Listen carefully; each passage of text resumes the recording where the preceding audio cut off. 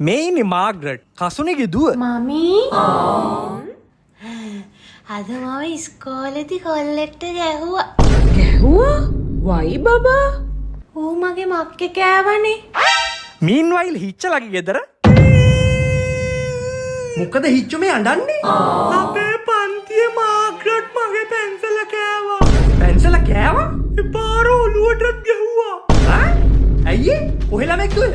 Rail පාර ගාව. වරෙන් යන්න. කොහෙද මගේ කාට ගහන්නේ? කිසි කමකට නැති එවුන්. කොහෙද මගේ කොල්ලට ගහන්නේ?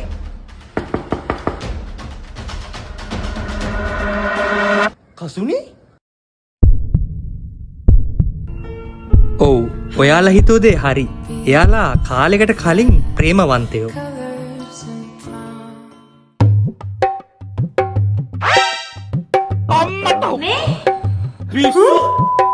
අපේ පියතුමා දැන් ඔයාගේ මව්තුමියට හොඳට බනින වෙන්දි. අනේ මේ අපේ පියතුමා හරි සැරයි. අපේ අම්මිත් සරයි. ඔයා නම් පොඩ්ඩක්වත් වෙනස් වෙලා නැහැ. ඔයාගෙත් කිසි වෙනසක් වෙලා නැහැ. පුතත් දඩබ්බර ඇති තාත්තා වගේමනේ. ආපෝ මූ කිසි වැඩක් කරන්නේ නැහැ. තව මාස කීයද O levels වලට? අර IM එකේ මාස 6න් O level ක්ලාස් එකට දාපු හින්දා මම බයක් නැතුව ඉන්නවා. මස් කෑල්ලක්ද? ඒක හොඳයිද? ඒක නියමයි. අනික තියෙන්නේ හැමදාම රැට ඔන්ලයින් නේ. ඇහුන්නේ. මට කිසි කරදරයක්වත් නැහැ. මම ඔයාලට නම්බර් එක දෙන්නම්. ඔයා කෝල් කරලා බලන්න. මීන්වයිල් පොඩි උන් දෙන්න ඔයා නම් නියම එළදෙන. මම එළදෙන නම් ඔයා වස්සා. ඔයා දන්නවද කඩෙන් බිත්තර දෙද්දි මොකටද පිටුරු දාලා දෙන්නේ කියලා? මොකටද? ඔයාට කන්න.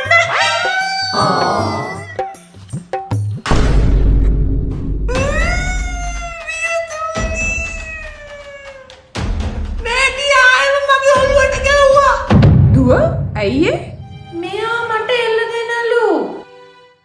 හිච්චා ඉතින් මේකේ මගේ පැන්සල කෑවනේ.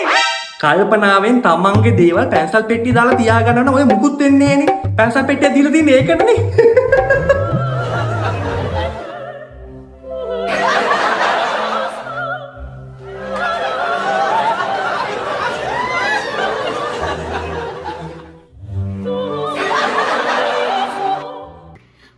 මේ මගේ හස්බන්ඩ්.